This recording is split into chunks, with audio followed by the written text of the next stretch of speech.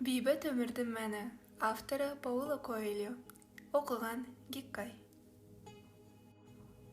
Баяғыда бір патша болыпты. Көрші патшалықтар соғыстан көз ашпай жатқанда, ол патшаның елі мамыражай, бақытты өмір сүріпті. Патша осы бейбіт өмірдің мәнін білгісі келіп, бір күні кеңесшісін шақырып алып, неге бейбіт өмір сүріп жатқан біздің патшалық қана, деп сұрапты. Себебі адамдар өміріне риза, көңілі тоқ. Не үшін олардың көңілі тоқ? Өйткені әркім өз ісінен рахат көреді, дейді кеңесші. Қырғи қабақ, басқыншыл елдердің арасында тұрған неткен қиын еді, деп ойлайды патша уайымдап. Күндердің күні олар өзара шапқыншылықтан жалығып, бізге шабуы мүмкін. Көршілерімізге бейбіт өмірдің мәнін қалай ұғындырсақ екен? Патша көлге қарап, ойға шомып отырғанда, қасынан ескегін есіп, қайықшы өтіп бара жатады. Ей, қайықшы, көршілерімізге бейбіт өмір сүргеннің маңызы зор екенін түсіндіре аламыз ба? Деп сұрайды патша одан. Олар бір тілде сөйлемейді ғой, дейді қайықшы. Сондықтан бірін-бірі түсінбейді, бейбіт өмірдің мәнін қайдан ұқсын. Қайықшының сөзінің жаны бар еді, бірақ патша қалайда мәселенің шешімін табуға бекінді. Күні бойы көл бетіндегі майда толқынға қарап, ойланып, аяғында бір жақсы тоқтамға келгендей болды. Ертеңінде таң атар атпастан патшалығындағы бар халқын сарайына шақырды. Бейбіт өмірдің бейнесін салған ең тамаша сурет иесіне 10 алтын теңге беремін деп жар салғызды. Халқы тапсырманы орындауға білек сыбана кірісті. Жыл аяғында сарайға сурет көтеріп келмеген адам қалмаған шығар. Алтын теңгеден әркім-ақ дәмеледі. Суреттер қағазға да, кенепке де, матаға да, ағашқа да, тасқа да салыныпты. Кестеші де, наубай да, сарбаз да, хиппи де, монах да, сәуегей де, мектептегі ең үздік оқушы мен ең нашар оқушы да сурет салып әкеліпті. Патша сарайы суретке толды.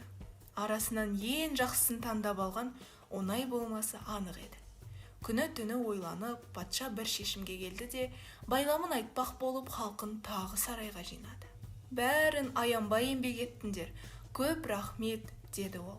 Махаббатпен жасалған әр туындыны ғажап дүние деуге болады. Уәде еткен сыйымды беру үшін бір суретті таңдап алуым керек. Мына суретке қараңыздаршы, оны екінші орынға лайық деп таптық. Онда асқар таудың қуаты, шуақты күннің жарығы, отбасындағы қамсыз тірлік, дәмді астың ләззаты, айдың көлдің тыныштығы, орманның саясы, құстардың сайраны, сәбидің пәктігі бейнеленген. Осындай тартымды суретті әлбетте бірінші орынға лайық десе болар еді. Бірақ бейбіт өмірдің мәнін одан гөрі мына бір туынды жақсырақ жеткізіп тұр. Патша таңдаған суретін көрсеткенде жұрт шошып кетті. Мұндай суретті бейбіт өмірді сипаттайды дегенге ешкім келіскісі келмеді.